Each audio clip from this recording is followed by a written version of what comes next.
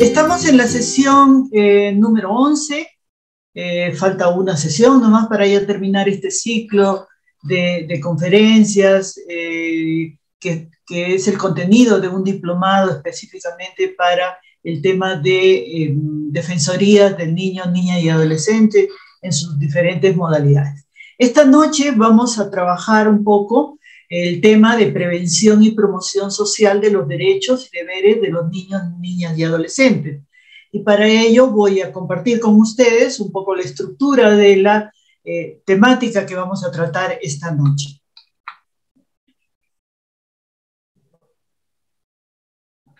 En primer punto vamos a tratar la prevención y la promoción social de los derechos y deberes de los niños, niñas y adolescentes. En un segundo momento, violencia y maltrato de niños, niñas y adolescentes en el entorno familiar y también en el entorno de la escuela. Y por último, señales de alerta ante posibles situaciones violentas con los niños, niñas y adolescentes. Entonces vamos a dar paso a al primer tema, que es prevención y promoción social de los derechos de los niños, niñas y adolescentes. ¿Qué entendemos por promoción social o promoción de los derechos, ¿no? y deberes de los niños, niñas y adolescentes? Es una secuencia de acciones destinadas a sensibilizar y brindar alternativas viables, sobre todo a personas que pertenecen a un grupo social, a una comunidad y que participan activamente en procesos que les permiten mejorar su situación, y sobre todo es la búsqueda colectiva de potencializar capacidades y también ir modificando conductas para adoptar unas nuevas prácticas en favor, lógicamente, de los niños, niñas y adolescentes. Entonces, acuérdense bien que es una ejecución de acciones previa planificación destinadas a un sector de la población que les va a permitir sensibilizarlos y sobre todo señalarles, profundizarles algunas temáticas que pueden estar trastocadas por patrones culturales de repente y que no están ayudando en la defensa de los derechos de los niños, niñas y adolescentes. Después vamos a tener qué significa promover derechos. Es el cúmulo de acciones organizadas, sistematizadas, planificadas y realmente orientadas. Tenemos que saber a dónde estamos orientando esa nueva forma de pensar con relación a los derechos y deberes de los niños. En su entorno, donde se desarrollan estos niños o adolescentes, y a fin de que se les respete, lógicamente, esos derechos. Porque muchas veces la violación de derechos se da en algunas oportunidades por un desconocimiento total o una idea transgiversada, ¿no? Que no está ayudando realmente a promover los derechos. Entonces, estas acciones vamos a tenerlas orientadas en difundirlas primero, sensibilizar, y es una manera tanto de difundiendo y sensibilizando de educar o reeducar a veces de conceptos que se tienen como consideraciones primigenias, pero que de alguna manera no están ayudando en la defensa de los derechos de los niños, niñas y adolescentes. Entonces, ¿qué significa promover derechos de niños, niñas y adolescentes? Ayuda a desplegar acciones conjuntas, planificadas, orientadas, a cambiar la manera de pensar y de actuar de las personas en torno a los propios niños y a ver sus derechos como tales, ¿no? A fin de lograr el cumplimiento. Y como decía, es difundir, sensibilizar y educar. Y es muy importante tener presente sobre todo que cuando nosotros llevamos a cabo acciones de promoción, estamos generando en el público una demanda de necesidad de acudir a la Defensoría. ¿Por qué motivo? Porque la Defensoría está preparada justamente, su personal está preparado adecuadamente para ofrecer un servicio de calidad y con conocimiento, que muchas veces las personas llegan a la Defensoría justamente por ese conocimiento, porque les intriga, ¿no? Muchas veces me ha pasado que me han preguntado, doctora, ¿y esto que yo creo, he escuchado, es verdad? Y uno tiene la posibilidad, ya que es conocedor que tienes conocimiento sobre el tema, puede explicarle perfectamente a la persona si está bien orientada la idea que tiene o de repente no. Entonces, ¿quién más que el personal de defensoría para poder esclarecer conceptos y temáticas que a veces la población en general tiene dudas? También para las acciones de promoción sean exitosas, es importante sobre todo que sean aceptadas por el público, ¿no? Al cual están dirigidas. En tal motivo, hay que conocer y identificar las características de la gente. Es muy importante identificar a quién es el público objetivo. Ahorita lo vamos a ver en una dinámica de elaboración o temáticas que se tienen que llevar a cabo o acciones paso a paso que se tienen que llevar a cabo para generar la promoción de los derechos. ¿Y por qué es importante pues la promoción de los derechos? Porque involucra a las familias, a los individuos, a los agentes activos en su propio cambio, permiten también, cuando hablo de agentes activos en su propio cambio, me estoy refiriendo también a los niños y adolescentes. Hay que hacer un trabajo con ellos de promoción sobre derechos y deberes. Hace años yo recuerdo que vamos a decir así, se propuso institucionalmente llevar adelante una promoción de derechos. Pasado algunos años, recuerdo que los profesores de los centros educativos, los padres de familia nos decían, ¿no? Ustedes han hecho mucha difusión de los derechos, pero no han hecho nada de difusión de los deberes. Entonces ahora el niño, el adolescente sabe mucho de sus deberes, pero no, perdón, de sus derechos, pero no saben nada de sus deberes. Y era cierto. O sea, empoderamos tanto a los niños con respecto al conocimiento de sus derechos que al final pensaban ellos que era solamente recibir y no dar. Entonces, cuando hablamos de que se vuelva toda esta promoción de derechos, no solamente son de derechos, sino también de deberes. Y ellos lo tienen que conocer, los niños y los adolescentes, ¿no? Si alguien tiene derecho a estudiar, pues tiene el deber de procurar tener unas calificaciones aceptables o óptimas. Si uno tiene derecho a la salud como niño o como adolescente, pues tiene el deber de protegerse, no estar tomando bebidas alcohólicas, no estar de repente fumando o no estar de repente con drogas. Entonces, hay un derecho, pero también hay un deber. Recordar también que las habilidades sociales y personales de los propios niños, para que puedan ejercer justamente esas defensas, ¿no?, de sus derechos. Ellos deben ser, ¿cómo se llaman?, los que defiendan sus derechos, pero también a la par tiene que ir el cumplimiento de sus deberes. Contribuir también en la prevención en situaciones que vulneran los derechos de los niños, niñas y adolescentes. Justamente la promoción es vamos a decir, un peldaño, una plataforma que ayuda justamente a que las defensorías puedan actuar de tal manera que mediante la promoción puedan estar al mismo tiempo haciendo prevención. Permite también el cambio positivo de relaciones de situaciones sociales con los niños, niñas y adolescentes y apoya y motiva la participación comunitaria, el desarrollo de líderes que fomenten justamente el respeto por los derechos de los niños en su vida diaria y su inserción en diferentes ámbitos de la sociedad. ¿Qué se debe hacer para promover derechos? Una de las formas para promover de derechos es difundiéndolos, educando a la población. Ahora, ¿cuál es la forma por la cual, o sea, se puede hacer una difusión y se puede ir educando a la población? Una de las, vamos a decir, técnicas que existe es a través de campañas. Y ojo con este término porque muchas veces se piensa que una campaña es de las 9 de la mañana a las 12 del día. Eso no es campaña, esa es una actividad. Una campaña tiene un alcance primero, tiene un público objetivo, que ahorita lo vamos a diseñar bien, me estoy adelantando, pero sobre todo tiene una periodicidad, lo que significa que tiene un tiempo. Tiene un tiempo en el cual debe llegar, debe calar en las personas y debe, como quien dice, devolverse eso. Y en 3 horas no se puede hacer eso.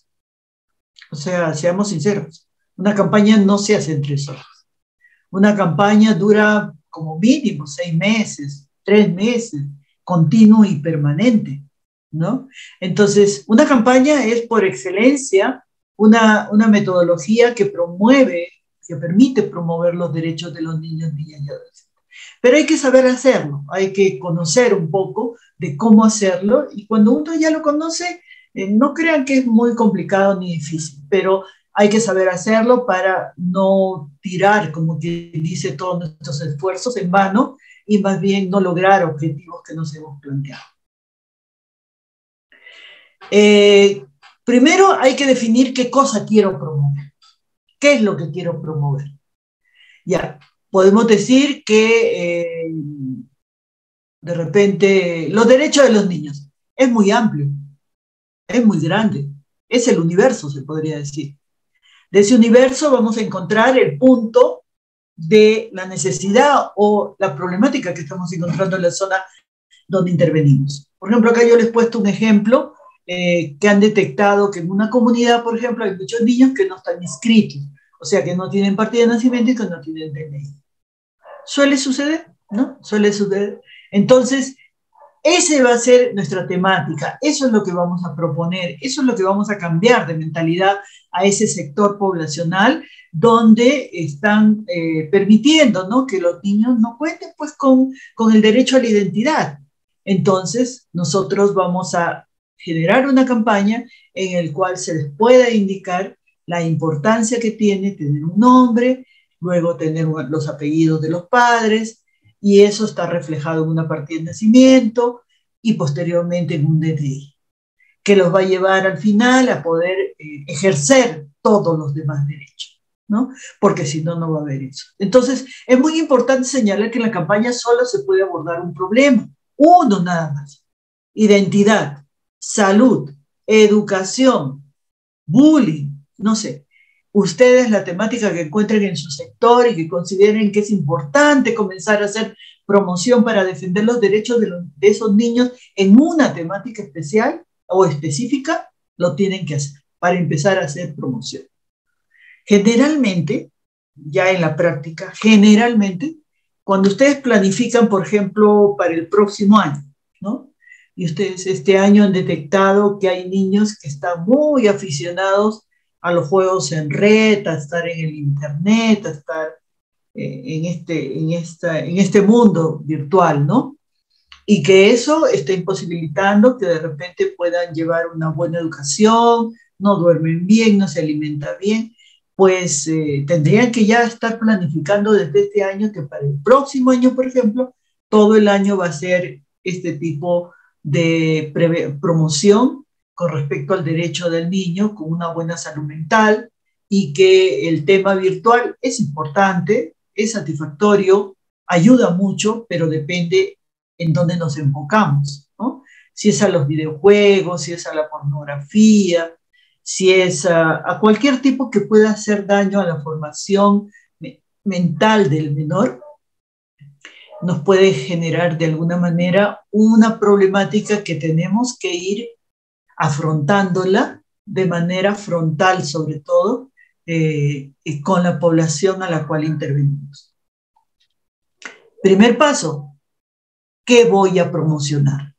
¿Cuál es la temática? Como les digo, todos los temas son importantes, pero hay un tema que es prioritario y que ese es el que ustedes tienen que comenzar a elaborar de repente las estrategias. Segundo punto, a ver si no me he adelantado, perdón. Sí, el segundo punto es seleccionar su público objetivo. ¿Esto a quién va a ir dirigido? ¿A los papás? ¿A las autoridades? ¿A los propios niños y adolescentes? ¿A los profesores? ¿A quién va a ir dirigido? Ustedes tienen que identificar el problema por dónde parte o hacia dónde llega también. Pueden elegir solamente a uno, como pueden elegir a tres, ¿no? Pueden ser los padres, pueden ser los propios niños, y pueden ser, como alguna vez hicimos en mi institución donde yo laboro, pues enfocarnos también a los dueños de los de estos centros, si seguimos con la idea de los videojuegos y todo eso, hablar con los dueños, ¿no? Y decirles, miren, tal vez ustedes no sepan, ustedes están ganando dinero con esto y no sepan las consecuencias que puede generar en los niños este tipo de juegos cuando se extralimitan. O sea, media hora de juego a nadie le va a hacer daño. Creo que todos nos merecemos un espacio de distracción.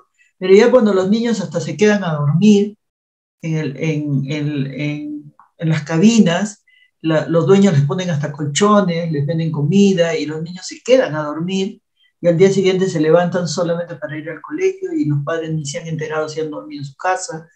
Hemos visto muchos casos y hemos atendido muchos casos. Entonces, esta parte de la promoción es justamente seleccionar ese público objetivo, ¿no? Sentarnos en equipo y decir, a ver, ¿esto dirigido a quién va a ir? Porque no es lo mismo hacer una campaña para la policía, para concientizarla de la importancia que tiene el poder estar atentos a los casos de adicción de videojuegos y de las cabinas de internet que permiten todo esto. A los padres de familia no es igual y a los niños no es igual tampoco. Entonces, de repente va a haber un público objetivo, de repente dos, o de repente tres, o de repente cuatro. O sea, va a depender de ustedes y del análisis que puedan hacer del público objetivo. Entonces, en este punto, la pregunta es, ¿a quién voy a dirigir mi campaña o mi promoción? ¿A quién? Es importante que ustedes definan cuál es el público objetivo, qué sector de la población y de la comunidad, como quien dice, le va a caer la ficha, o sea, le va a tocar fibras sensibles porque están pasando por esa situación. También la Defensoría lleva a cabo siempre el mirar a los niños, niñas y adolescentes con mensajes y acciones que puedan llegar hacia ellos. Ahora, cuando se habla de público objetivo, recuerden que la actividad que van a hacer para llegar a ellos no es igual llevar una promoción social a un niño que llevar una promoción social a un policía. No es lo mismo, porque los conceptos y las formas son distintas. O a un padre de familia, que vive en una ciudad urbana, cosmopolita, o a un padre de familia que vive en una comunidad campesina o de la selva. No es lo mismo. Eso tenemos que evaluarlo y colocarlo como característica para que nuestro accionar tenga realmente resultados fructíferos. Siguiendo también con este ejemplo que les ponía sobre la identidad, una acción de promoción tendría que estar dirigido a los padres de los niños, por ejemplo, ¿no? Porque son ellos en realidad los que tendrían que actuar para que sus hijos puedan tener ese derecho, ¿no? Acceder a ese derecho y con él muchos derechos más, ¿no? La policía tendría que ver algo en la inscripción oportuna de una partida de nacimiento. No. A ver, ¿quiénes pues podrían ser? No sé, el subprefecto podría ser una. No. Los padres en primera instancia, los colegios en segunda instancia de repente, la plana docente, ellos son nuestro público objetivo, ¿no? Entonces se van a dar cuenta que dependiendo del derecho que queremos nosotros promocionar, vamos a encontrar el público objetivo al cual va a ir dirigido la campaña o la actividad promocional que queremos realizar. En esta parte podemos distinguir también dos tipos de público: el público primario y el público secundario. El público primario es el público que está dirigido directamente a la intervención, ¿no? Aquellos a quienes se dirigen los mensajes directamente. En el tema de identidad, pues tiene que ser los padres, ¿no? Los padres serían nuestro público primario. Y nuestro público secundario podría ser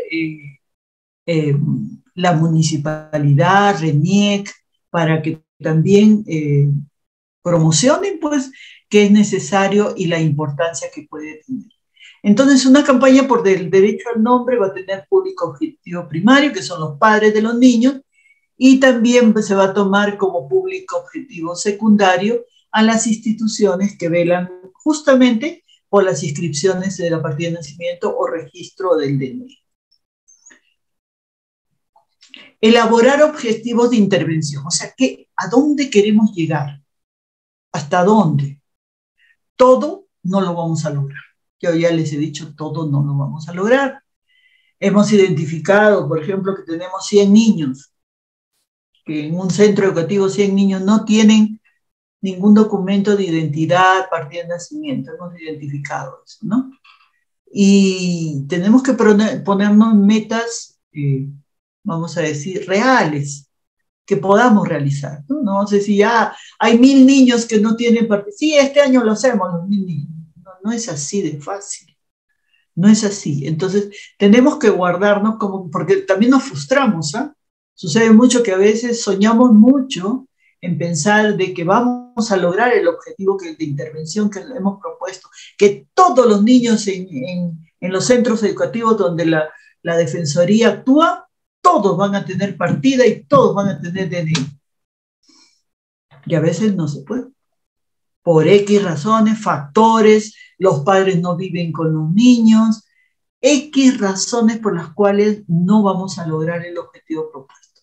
Entonces hay que pisar un poquito de tierra, hay que ser objetivos y de repente estas campañas de promoción pueden ser una primera etapa este año, una segunda etapa el próximo, y así ustedes no se frustran, pero van logrando, van avanzando, ¿no? Aquí en la diapositiva yo les pongo que hay algunas características que se tienen que tomar en cuenta para elaborar objetivos. Especificar claramente qué se quiere lograr. Por ejemplo, 30% de los niños menores de 3 años serán inscritos por sus padres. Ya. Eso es un objetivo, no un logro. Pero miren, que acá le ponen 30%. No le ponen 100%, le ponen 30%. Porque como les vuelvo a repetir, hay que pisar tierra, hay que saber que también tenemos otras actividades, que no nos vamos a dedicar, si nos dedicáramos solamente como la RENIC se dedica a esto, ya pues no, lógicamente 100%, ¿no? Pero recuerden que las defensorías también tienen otras actividades colaterales que tienen que atender y que tienen que desarrollar y que esta es una parte nada más. Entonces hay que poner cifras referenciales que al finalizar la jornada del año podamos decir, sí, logramos la meta y un poquito más, de repente no fue el 30%, sino fue un poco más.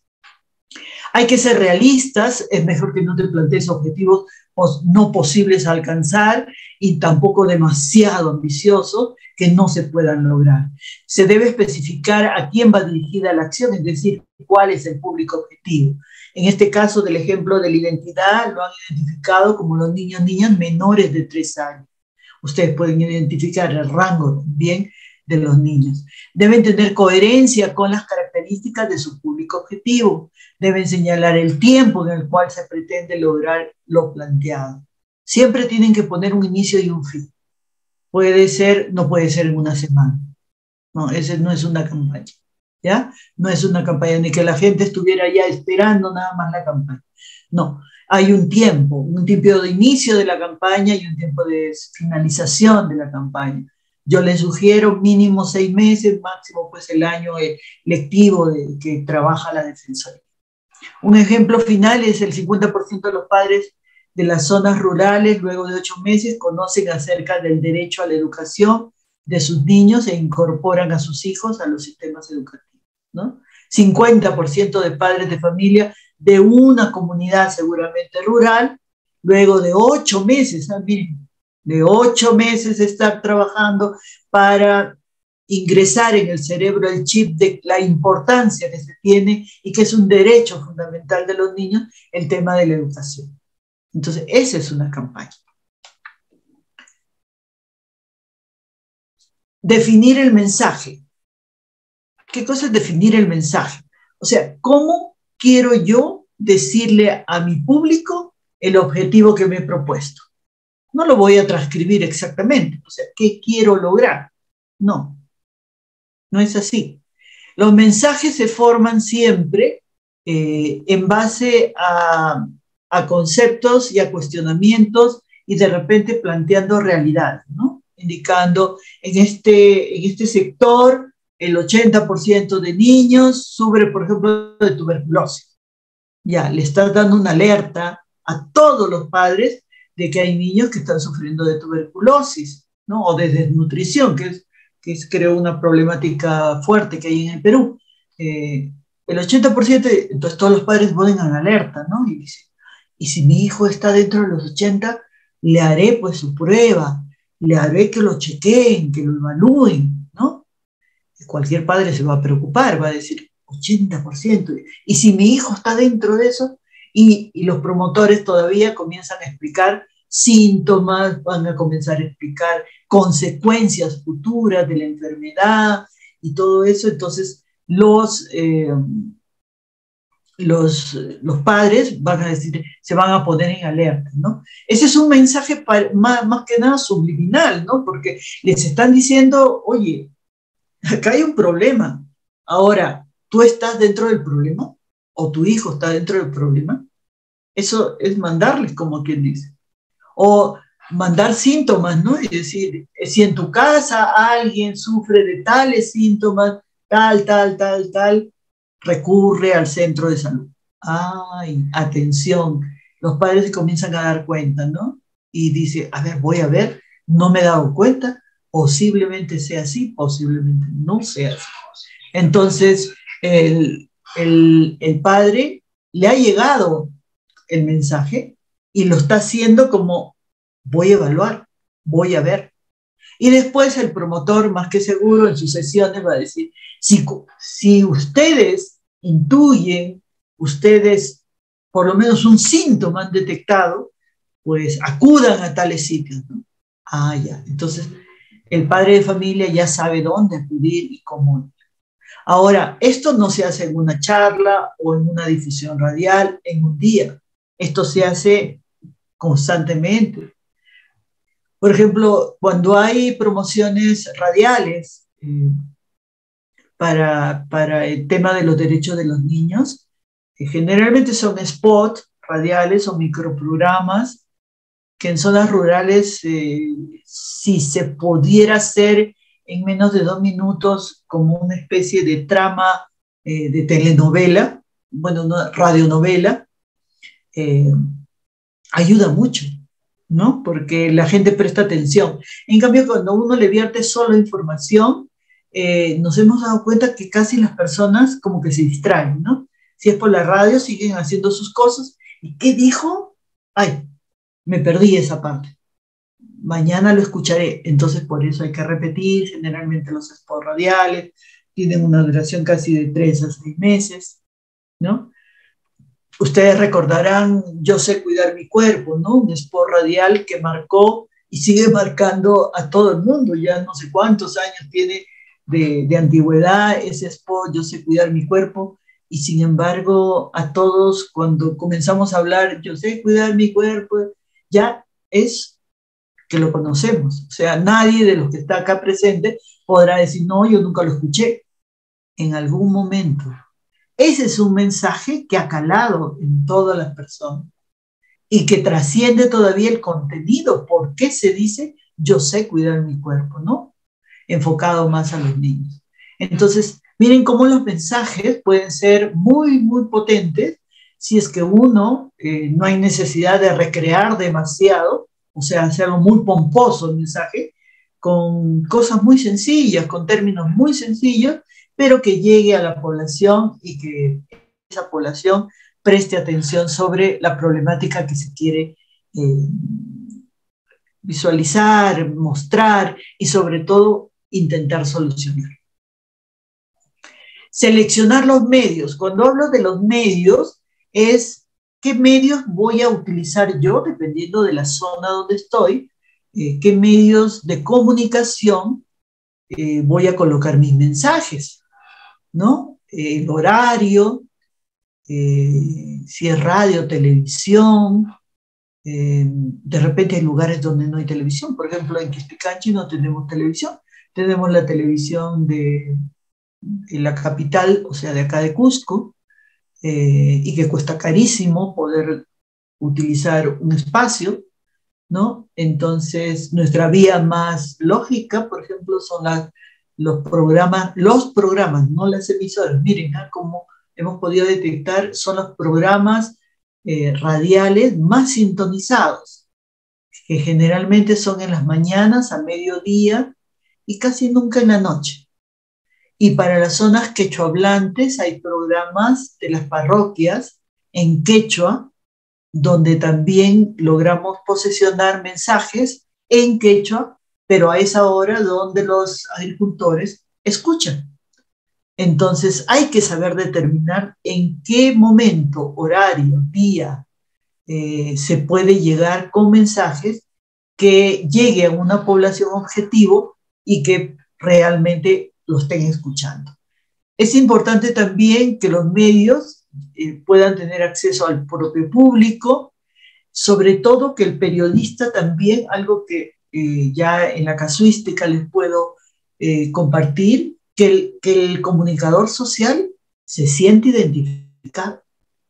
Muchas veces los comunicadores sí te dicen, sí, lo voy a pasar su spot, no se preocupe, y lo refunden. Ese comunicador no está sensibilizado, no está sensibilizado.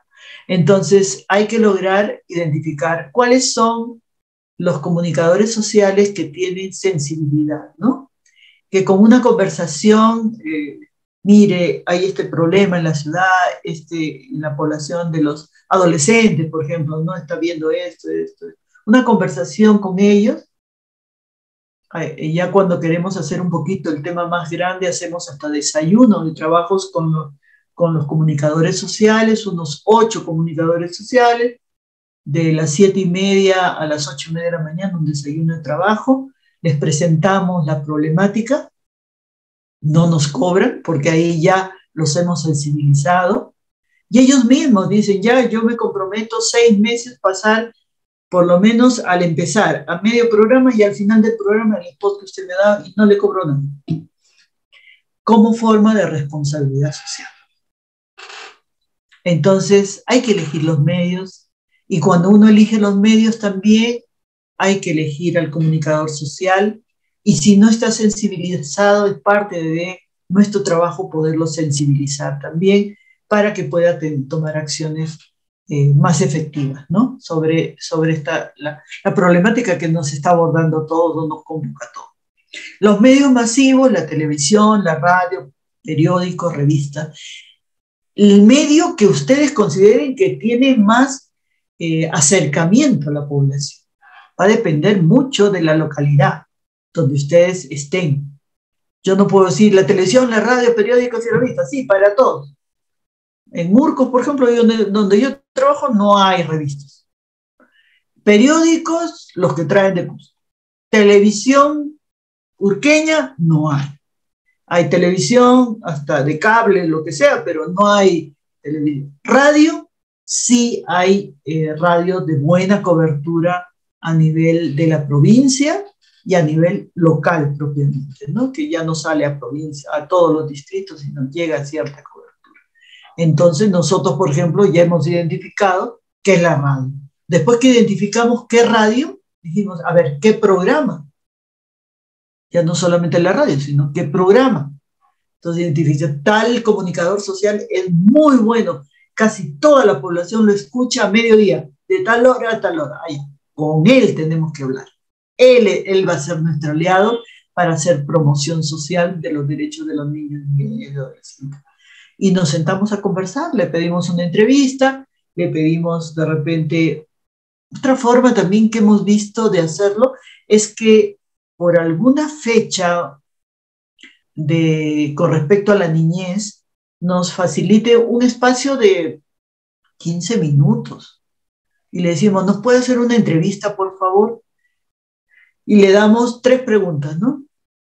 Y ahí, en el momento que él nos está entrevistando, también lo estamos sensibilizando a él. Y generalmente, por lo menos a mí me ha pasado y se los transmito, que cuando le entrego la partitura de 3 preguntas de lo que me va a entrevistar, aparezco no hablando los 15 minutos, sino hasta 30 minutos y ya hay que cortar porque realmente es interesante el tema, pero también la programación de la radio o del programa de este periodista tiene que continuar, ¿no? Y ahí es donde nos compromete. ¿Podría usted volver en tal fecha para continuar con estos temas? Ya esa persona se enganchó, ya esa persona es nuestra aliada, ya esa persona podemos, fuera ya del micro, podemos hablar con él y decirle, mira, tengo estos spots de 30 segundos, 20 segundos, te pediría por favor que lo pudieras pasar, necesitamos que la población se entere, se concientice, hay problemas fuertes sobre este tema y todo va a recaer en favor de los niños, niñas y adolescentes. Entonces, todo eso, miren, es como un... Y los comunicadores, sí, o sea, cuando hay problemáticas fuertes, sí, sí se compromete. Hay otros que no se comprometen, la verdad, nunca se van a comprometer, no tienen sensibilidad social, como todos pues, en el mundo, ¿no? Pero hay otros que sí. Entonces hay que saber ubicar a esas personas que tienen sensibilidad social, que sí, de su espacio donde ellos pagan para ese programa, ellos dicen, ya, unos 10 minutos les voy a dar a esta organización, a la de MUNA, para que hablen sobre el tema de las niñas que es tan importante. Medios interpersonales. Ya, este es otro tema, lo que les decía, ¿no? Las consultas, las charlas, los talleres, títeres, pasacalles, no sé, lo que ustedes puedan idearse realmente, pero que movilicen a la población y que la población se pare a mirar por lo menos qué cosas están diciendo, qué cosa es lo que están pidiendo, qué cosa es lo que están necesitando, qué problema hay. Son ejemplos de medios interpersonales, ¿no? Las consultas, conversaciones de persona a persona, pueden haber ferias informativas que se llaman, en fechas claves. Nosotros, por ejemplo, ideamos que pudieran haber esas consultas itinerantes en las ferias dominicales. Poníamos nuestra carpa, poníamos nuestros escritorios, elaborábamos afiches, mosquitos, cuestiones muy pequeñas y muy, que no cuesten mucho, y poníamos pues que éramos la defensoría y que estábamos para ver las consultas. Y las personas que iban a hacer sus compras dominicales de su comida para toda la semana, pues si tenían un problema y miraban, ahí están haciendo, están los abogados, están defensoría, ya voy a acercarme un ratito, ¿no? Y consulto, ya. Las charlas, cuando ya hay convenios o cuando hay preparativos previos, ¿no? Donde se puede realmente en 30 minutos o en 45, tampoco debe ser muy largo, explicar a una persona y conversar con un grupo de personas sobre una problemática y lo trascendente y la afectación que puede causar a los niños. Talleres, eso ya son jornadas un poco más largas, estructuradas, generalmente son ya para funcionarios, policías, miembros de registros civiles, por ejemplo, dependiendo de la temática, ¿no? Y títeres es una manera de relacionarse con el grupo de manera entretenida y evitando la formalidad, ¿no? Estos también hemos tenido esto de los zancos, ¿no? De esos hombres con las piernas largas, donde ellos también van entregando folletos, trípticos, cosas muy chiquitas, ¿ah? Tampoco no es un cuadernillo que hay que entregar, primero que cuesta mucho y segundo que la persona no lo lee. O sea, vamos a ser sinceros, no lo lee, lo guardan ahí, ¡ay, qué bonito! Sí, ya, y lo guardan, y no lo leen. Entonces, en cambio, un papelito pequeño lo leen más, ¿no? Y ¿cómo se llaman? Los perifoneos también es una forma, las banderolas es otra forma también de medios interpersonales. Los medios de comunicación social, local y comunitario son, por ejemplo, los altoparlantes, esa técnica que le decía sociodrama tipo ¿cómo se llama? Novela, que son representaciones cortas que a veces se hacen en las plazas y que la población pues les gusta mucho ver eso, ¿no? Y aplauden mucho también lo que le llaman el teatro callejero, o también en espacios cerrados, ¿no? A veces nosotros lo hacíamos, por ejemplo, en los recreos, en los colegios con los niños, O también lo llevábamos a la escuela de padres y les decíamos unos 15 minutos de no, a modo de que se tranquilizan, vamos a decir, ya están cansados de escuchar las temáticas que están en esto, vamos a hacer una cosa más activa y entraban pues estos especialistas en teatro, títeres, mimos, por ejemplo, también, ¿no? Espacios que nos permitan utilizar eh, un medio a la vez, por ejemplo, las ferias, actividades deportivas, festividades comunales, fiestas patronales, los pasacalles, las ferias dominicales, la escuela de padres, como les acabo de decir ahorita, los recreos en el colegio, todos son espacios válidos, todos son espacios válidos, siempre y cuando ustedes lleven una propuesta precisa sobre el tema que ustedes quieren abordar y que quieren hacer promoción de derechos en favor de los niños, niñas y adolescentes. Los medios de apoyo, volantes, trípticos, folletos, afiches, rotafolios, historietas, juegos educativos. Nosotros hemos creado muchos juegos educativos sobre derechos de los niños, derechos humanos, derechos de las mujeres, derechos de las niñas. Esos juegos, recuerdo que en talleres para policías nos decían, nosotros no hemos venido a jugar como niños, pero todos tenemos nuestro niño interno, pues, y de alguna manera siempre vamos a estar eh, haciendo juegos. Y un juego de la ruleta, por ejemplo, del sapo, ¿no? O eso que uno salta, lo que le llamaban mundo en algún momento. Esos juegos muy simples ayudan mucho realmente a que la persona aprenda también, ¿no?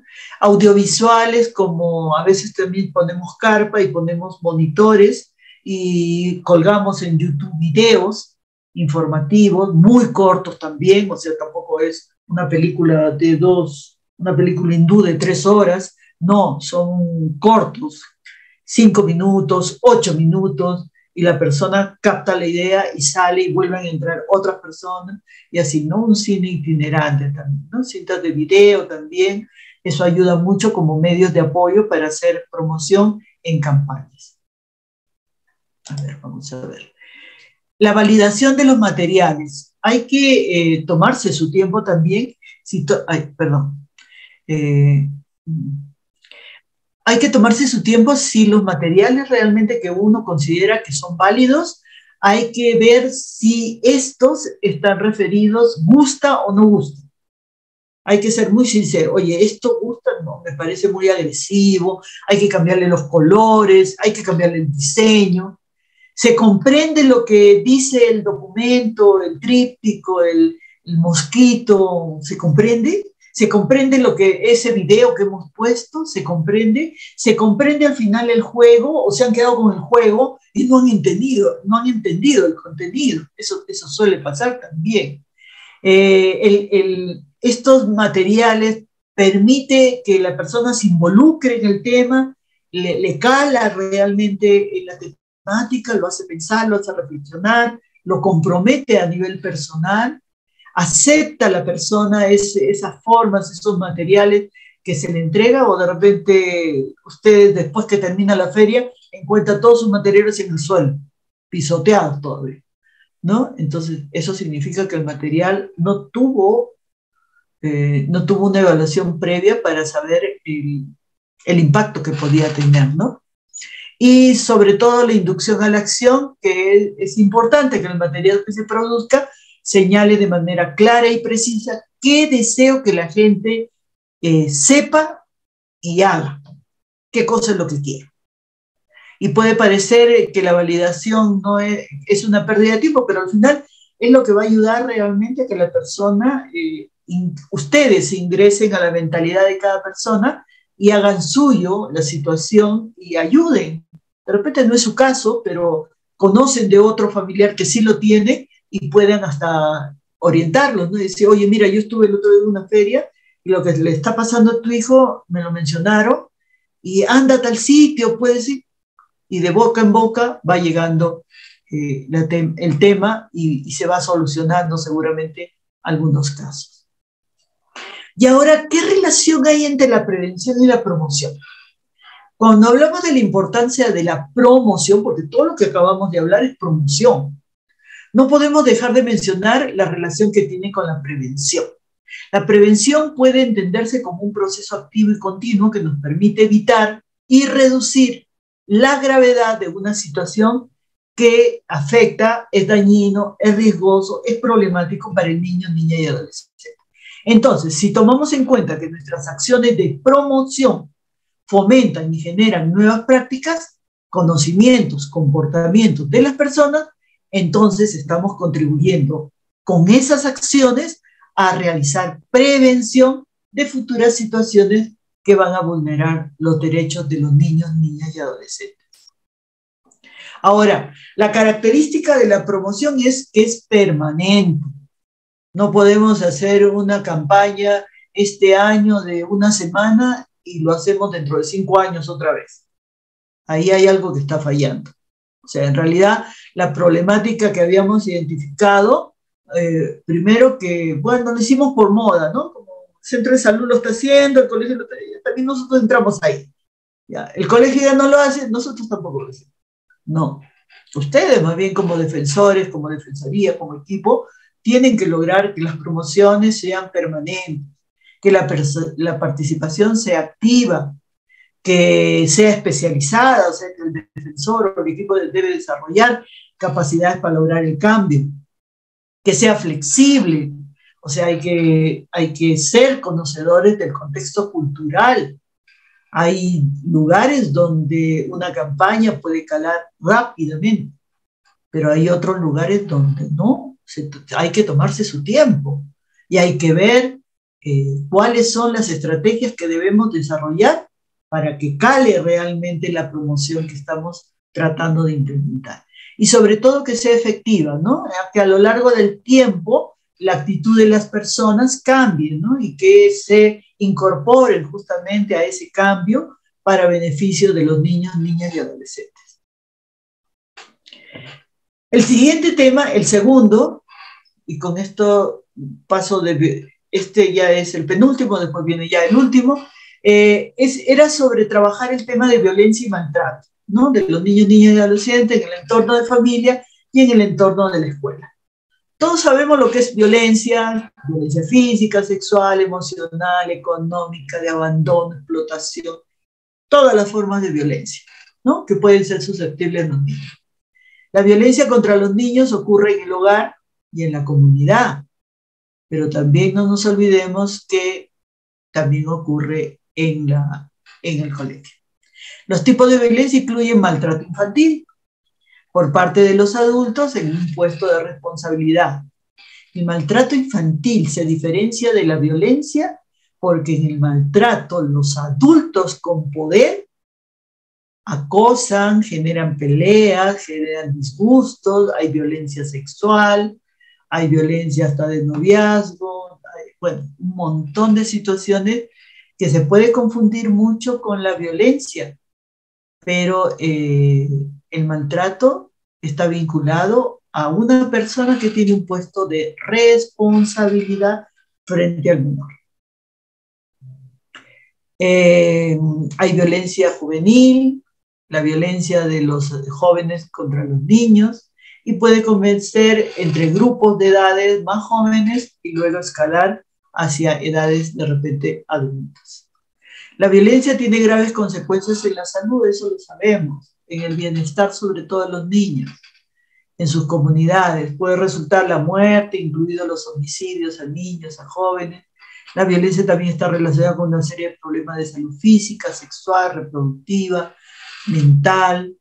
Los costos sociales que lleva la violencia son muy altos en el Perú. A menudo todo es enfocado hacia la vida en realidad, e incluye un bajo rendimiento escolar, riesgo de desempleo, pobreza, así como también podemos encontrar que está asociado a pandillajes o a crímenes organizados, ya en espacios ya más convulsionados, vamos a decir, ¿no? Hay zonas donde todavía no hay tanto, pero hay, y a veces hay erupciones, como digo yo, de una violencia, pero descomunal, ¿no? Y nos enteramos por televisión, por los medios informativos, lo que ha sucedido en ciudades lejanas, totalmente lejanas, ¿no? Entonces, eso es la violencia. Y también eso es el maltrato. El maltrato infantil es reconocido por los docentes como un problema. Esto ya va en el ámbito del estudio, ¿no? En el colegio. Y que algunos escolares, sobre todo cuando están en un problema de maltrato infantil, vamos a encontrar que su rendimiento escolar baja, o se obstaculiza, o se entorpece. También vamos a ver situaciones de indisciplina, ¿no? Y las instituciones educativas, si es que tienen una psicóloga, van a entender la situación, pero si no la tienen, van a creer que el chico es malcriado, que está viniendo de parte de su familia desestructurada, y a veces no es así necesariamente, ¿no? El niño está siendo acosado, está siendo maltratado, eh, y hay que ver de dónde nace el problema para poder identificar al menor que en esta situación, y también que pueda pues desarrollar armónicamente de manera integral su crecimiento, su comportamiento, sus niveles educativos, ¿no? Cómo van mejorando, su desenvolvimiento también, ¿no? Entonces todo eso va a ayudar y los profesores se dan perfectamente cuenta de eso, ¿eh? Entonces, un aliado bastante estratégico son los docentes, los tutores sobre todo, en los centros educativos, que tienen que estar muy vinculados a las defensorías del niño, niña y adolescente ante una situación que no se debería esperar que ya se escape de las manos, sino al primer síntoma que uno como docente puede detectar, eh, automáticamente consultarlo a la defensoría, pasar el caso, llamar a los padres o a la persona que cuida al menor para ver qué es lo que está afectándole y acompañarlo con un proceso psicológico de repente, si es que lo requiriera, o una orientación, no necesariamente una terapia, sino una orientación para saber y acompañarlo en el proceso de su recuperación mental. En el ámbito escolar también el docente debe estar alerta al comportamiento y actitudes de los niños, evidenciar si hay maltrato, observar el punto de vista físico, emocional, si viene golpeado de repente, emocionalmente no es el chico alegre, ¿no? Participativo, ahora es más callado, más ensimismado, más se le ve hasta medio oído, ¿no? Entonces algo le ha pasado ya que ese menor ha cambiado sus formas de comportarse y llama la atención, pues, ¿no? Y vuelvo a repetir, los profesores se dan cuenta perfectamente de que ha habido un cambio, una evolución o un retroceso, algo está pasando, ya no atiende como atendía antes en las clases, entonces hay que tomarlo en cuenta eso. Después, a ver, sí. Y como último punto ya eran las señales de alerta ante posibles situaciones de violencia con los niños, ¿no? Acá les dejo dos imágenes, esta que son señales de alerta ante posibles situaciones de violencia contra los niños, niñas y adolescentes. Acá está bastante desmenuzado y también calificado cuáles son esas posibles señales de alerta, ¿no? Donde ustedes como defensores pueden instruir a los docentes para que ellos puedan detectar también que están teniendo alumnos que en sus clases han cambiado sus comportamientos, ¿no? ¿Qué es lo que ha pasado? Se vuelven más agresivos, se vuelven más ensimismados, temerosos, vienen más desasiados, o vienen demasiado pulcros, pero que no quiere que nadie los toque, o sea, los extremos generalmente, no hacen las tareas, a veces las respuestas también ante tareas que dejan son agresivas, son con términos bruscos, torpes, las burlas también, ¿no? Al docente. Entonces acá les dejo muchas señales que los docentes y también los padres de familia podrían ayudarles a que reconozcan que ya son señales de alerta ante situaciones de violencia que está sufriendo un niño, niña y adolescente, y hay que comenzar a tomar en cuenta para evitar circunstancias peores y dolorosas. Entonces, estos dos cuadritos me pareció pertinente que los pueda hacer alcanzar, son bastantes los síntomas y señales para que ustedes puedan tener amplio conocimiento sobre estas señales de alerta para los padres, sobre todo para los profesores, a determinadas edades también. Esto está clasificado por edades. Entonces, esto también les dejo como parte de la, de la sesión de hoy día. Bueno, creo que con esto termino esta exposición, dejándoles a ustedes la posibilidad que en este tiempo que nos queda, poder de repente absolver dudas y algunas preguntas o de repente comentarios que ustedes puedan tener con respecto a la temática de hoy día. Muchas gracias. Excelente, doctora. Muchísimas gracias, estimados participantes. Tener activo su cámara para darles pase al audio. Recuerden que desde el inicio se informó, todo participante que va a interactuar por audio tiene que necesariamente tener activo su cámara. Si no, lamentablemente no se puede dar el pase. Maritza, tienes levantada tu manito, pero si no activas tu cámara no te puedo brindar esa posibilidad. Sonia, ¿cómo estás? Buenas noches. Adelante, por favor. ¿Qué tal? Buenas noches. Doctora Carmen, buenas noches. Agradecerle por la increíble exposición. Mi pregunta era, en el caso de educación en los colegios, sé que existen quizás protocolos ante una agresión entre menores por el bullying. Dígame, en ese caso, ¿se activa ese protocolo en el colegio? Y parte de este protocolo es también dar conocimiento a las defensorías o a la DEMUNA para que éstas a la vez vean esos casos o quede en el colegio, o en qué medida atraviesa hacia la DEMUNA, ¿no? Llega ahí. Por favor, gracias.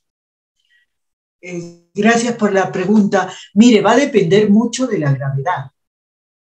Va a depender mucho. La semana pasada nomás he tenido la derivación de un caso que ha terminado en el juzgado de familia por infracción de menor. Un niño, un adolescente de 14 a otro adolescente de 14, según ellos jugando, pero casi lo ha matado porque lo ahorcó con las manos. Entonces, eso no es juego, pues, ¿no?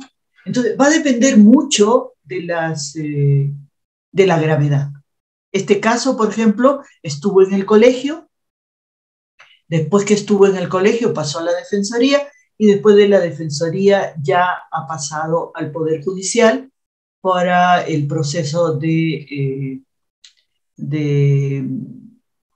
este ajusticiamiento para los menores, que solamente es una sesión en lo civil y que es una audiencia y que es el infractor, pues, de menor, ¿no? Que ha podido ocasionarle la muerte realmente a su amiguito, que eran, dice, amigos creo que hasta de la misma carpeta, y sin embargo el niño casi ha muerto de lo que lo estranguló.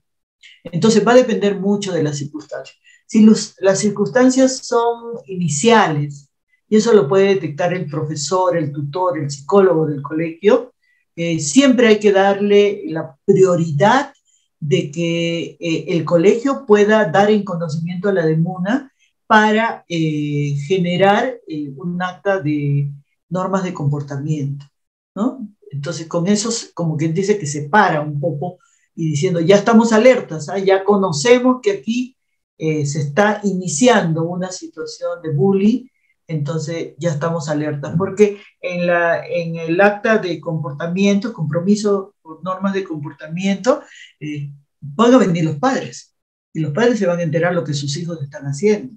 Entonces ya van a estar prevenidos, no va a ser tan sencillo como... Lo malo a veces que sucede es que queda en conversación en cuatro paredes en el colegio.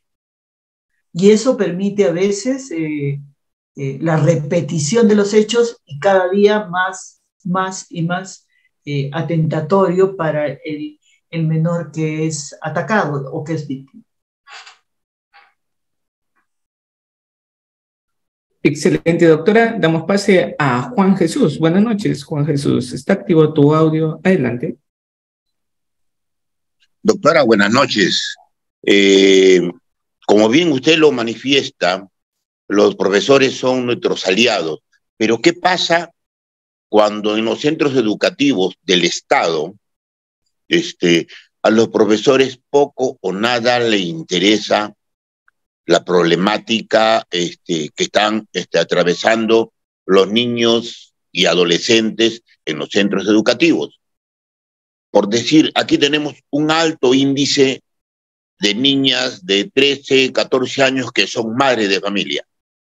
Dejan de estudiar, pero cuando se le habla al profesor para darle una charla referente a este tema, el profesor dice, no, ya, eso ya es problema de casa, ¿no? Yo creo que también dentro del Ministerio de Educación debería de existir una norma que en los centros educativos coordinen con las defensorías, ya sea de la de MUNA o las defensorías parroquiales, para que puedan ayudarlos a sobrellevar o hacer esta prevención, ¿no? Y también al mismo tiempo, para que estos niños sepan, ¿no?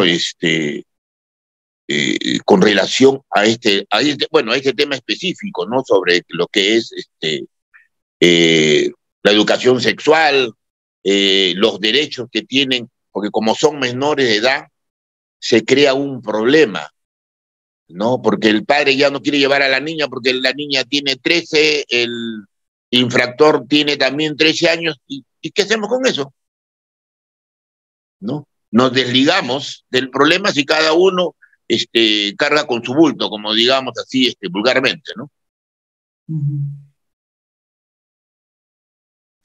Sí, bien, muchas gracias por la pregunta. Sí, realmente yo también me he topado con docentes un poco o poco sensibles, ¿no? A la realidad y a la necesidad de sus alumnos. Otros, más bien, muy abocados a ello. Vamos a encontrar siempre un poco de todo. Pero sí, es bueno que el defensor se movilice al comienzo de la época escolar y pueda coordinar con el director del centro educativo, así también como con los tutores, para generar secuencias de talleres o de sesiones muy cortas y muy dinámicas, sobre todo, sobre las problemáticas que se están dando dentro del contexto donde se desarrolla el centro educativo, ¿no? Usted ha hablado, por ejemplo, del embarazo adolescente. Podemos hablar sobre los intentos de suicidio o suicidio de adolescentes y hasta de niños. Podemos hablar también de pandillaje, en diferentes zonas también el pandillaje acecha, el alcoholismo, la ludopatía. No nos alcanzaría, creo, la noche para poder seguir mencionando temáticas que se pueden estar identificando en las zonas. Tenemos que tener como aliados, o sea, no esperemos, yo les digo sinceramente, el colegio no va a venir a pedirles a usted. Por lo general es raro los directores o profesores que vienen y piden ayuda, ¿no? Ante una situación. Son muy raros.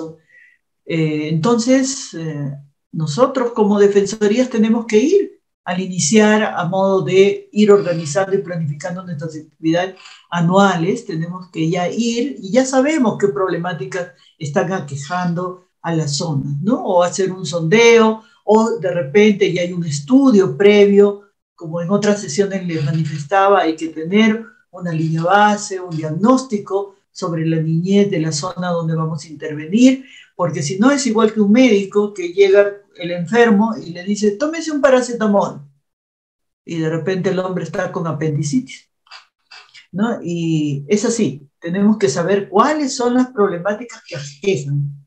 Y no nos vamos a dedicar en ese momento a ver, vamos a investigar cuáles son. Se pasó el año y recién estamos viendo qué problemáticas aquejan, ¿no? Entonces, hay que saber previamente cuáles son, de qué manera vamos a intervenir, a dónde debemos llegar, escuela de padres. Y una recomendación que siempre les doy a todos los participantes y a los equipos de trabajo. El mismo tema que trabajan con los chicos, trabajenlo con los padres. Si ustedes van a hablar de violencia sexual, háblenlo con los chicos, con una forma muy especial de hablarlo, y háblenlo con los padres. ¿Ya? Si hablan de maltrato, hablen a los chicos y hablen a los padres. Porque a veces sucede que los chicos están muy bien enterados, llegan a sus casas y sus padres les dicen, ¿de qué cosa me estarás hablando? ¿Qué tontería te has enterado? ¿O habrás escuchado mal? No hay sintonía.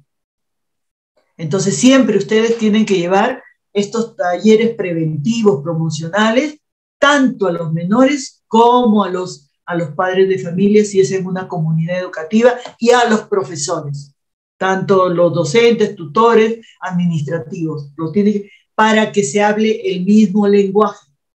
Porque si no, en una comunidad educativa hay que hablarle a toda la comunidad educativa sobre el tema que se aboca en ese momento como problemática. Si solo le hablamos a los niños, mal. Si solo le hablamos a los padres, mal. Si solo le hablamos a los profesores, mal. Tenemos que hablar sobre el mismo tema a todos, y todos van a estar en sintonía, y ahí sí vamos a tener realmente algún logro con respecto al tema que queremos comenzar a trabajar para erradicar.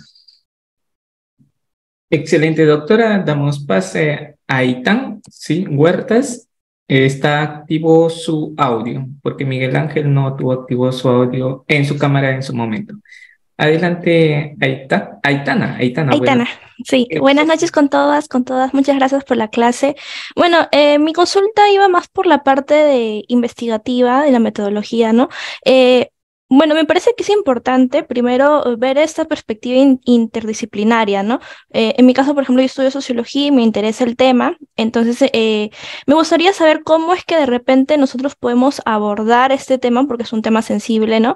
Con las personas, de repente, si es que queremos hacer de repente unas entrevistas o un cuestionario o un focus group, ¿cómo es que se podría hacer la llegada para las personas? Y si es que nosotros necesitaríamos un permiso, ¿con quiénes podríamos sacar este permiso para poder llegar a tener esta información? ¿O cómo es que podríamos llegar a los padres de familia o a los niños? Como son menores de edad, usualmente se tiene que pedir permiso, ¿no? Entonces quisiera saber cómo es que se abordaría ese tema, por favor. Muchas gracias. De nada. Muchas gracias, Mami, por la pregunta. Claro, es ya un tema de investigación, y el trabajo con niños amerita tener un permiso especial, ¿no? Pero si es desde la DEMUNA, por ejemplo, que quieren hacer esta investigación, o de repente la DEMUNA ha firmado un convenio con una institución, una ONG, alguna institución que considera que quiere hacer una investigación especializada en temática de adolescencia o de niñez, pues hay que aliarse y previamente hacer un convenio. Posteriormente, después de ese convenio, comenzar a hacer las coordinaciones y de la misma manera saber a qué grupos o focus group ha identificado para poder trabajar las temáticas de investigación y poder sacar los permisos respectivos, no solamente del centro educativo, sino también de los padres sobre todo, ¿no? Y hay que haber sesiones introductorias para explicarles, estamos haciendo una investigación enfocado en esta problemática, vamos a hacer las preguntas, 5 preguntas, o va a ser un video, o va a ser una discusión. Se presenta ahí la metodología y qué queremos lograr, o sea, los padres tienen que saber, para que después, si es posible, poder firmar un acta de conocimiento informado, y que no haya problemas posteriores legales por haber intervenido sin el permiso respectivo, tanto del centro educativo como de los padres de familia, y hasta inclusive si son adolescentes, si ellos permiten que les hagan las entrevistas o los focus group que pueden generarse.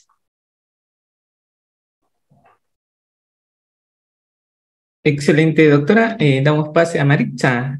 Estimada Maritza, gracias por activar tu cámara. Bienvenida. Buenas noches, muchísimas gracias por la oportunidad de darme para preguntar a la doctora. Doctora, quien le habla es docente y realmente los docentes de hoy estamos viviendo una época muy difícil porque estamos enfrentándonos a jóvenes, adolescentes, en mi caso, post pandemia. Jóvenes que en teoría estuvieron en casa 2 años, cuyos padres debieron ser los modelos y la autoridad, sin embargo, regresan a las aulas con problemas mucho más álgidos y entre ellos la violencia.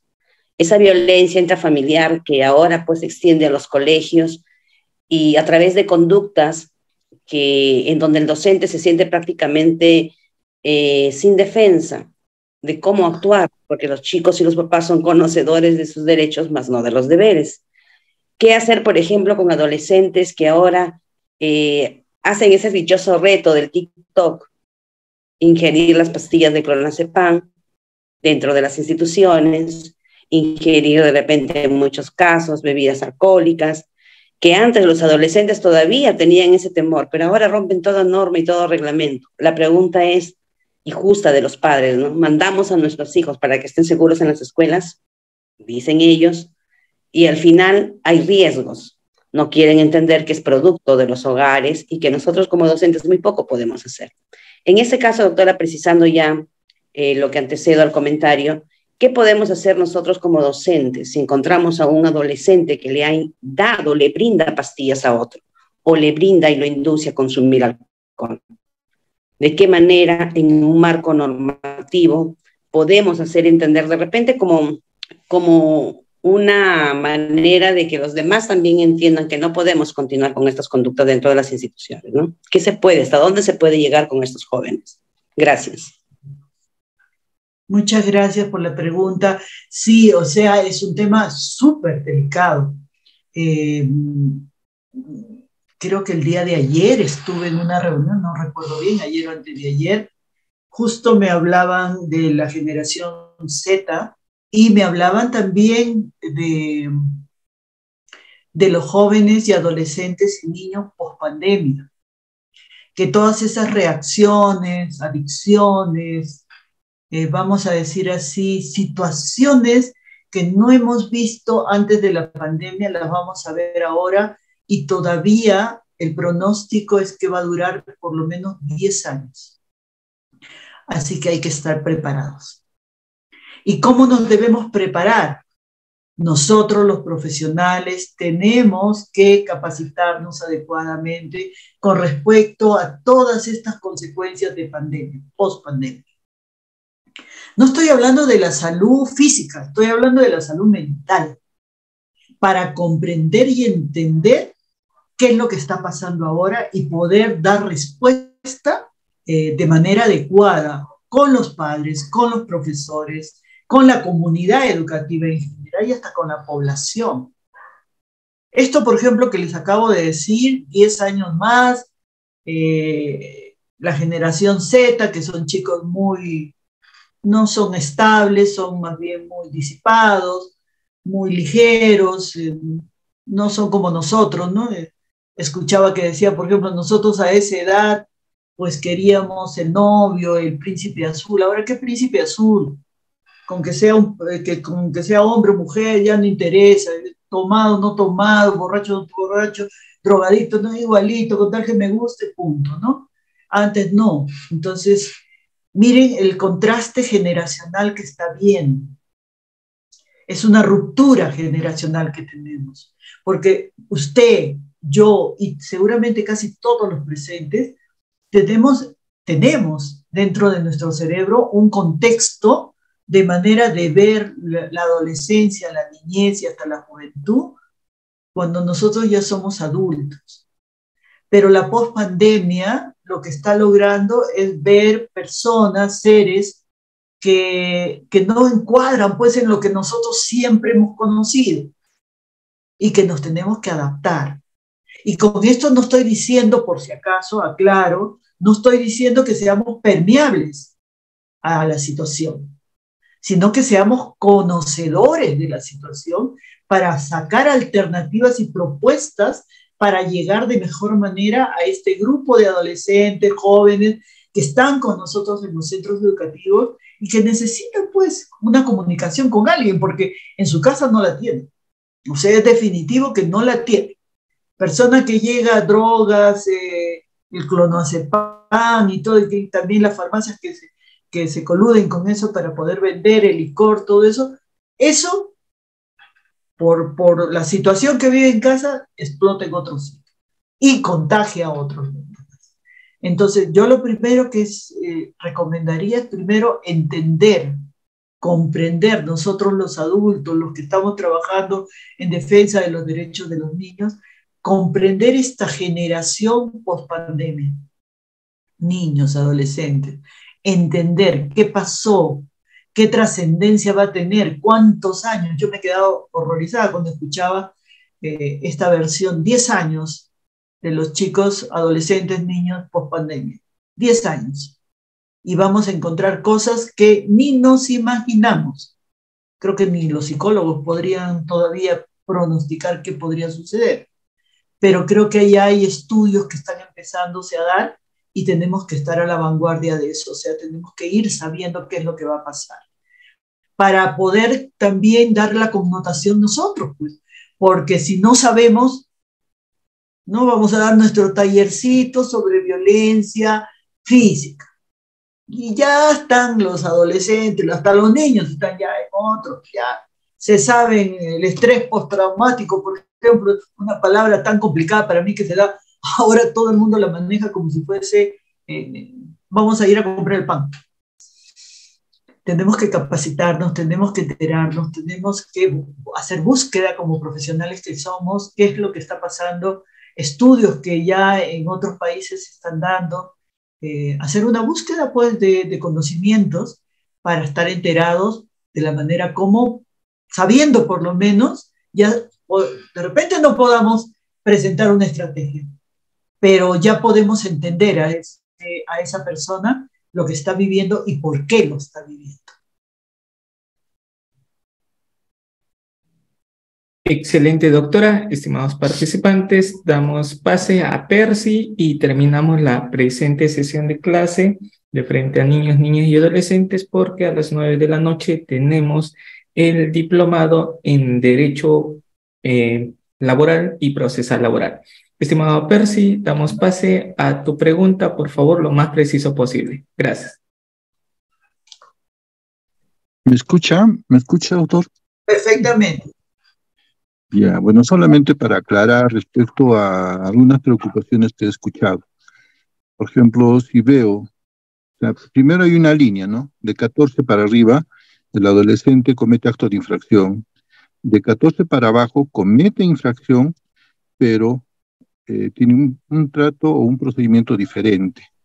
Cuando me entero de que hay dos menores de 13 años que han tenido relaciones sexuales o se ha presentado cualquier caso, están en acto de infracción.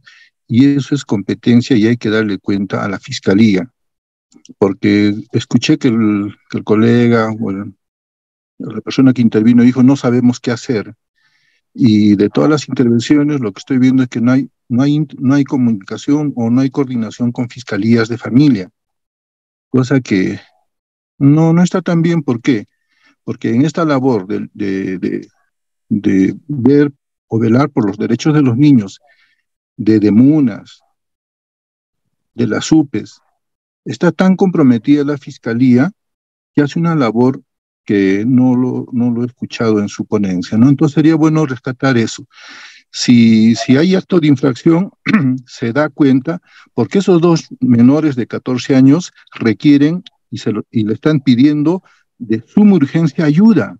Son dos criaturas que se han involucrado en un acto que obviamente es de mucha irresponsabilidad procrear, pero que DEMUNA, Fiscalía y todo el que tenga acceso está obligado a dar cuenta.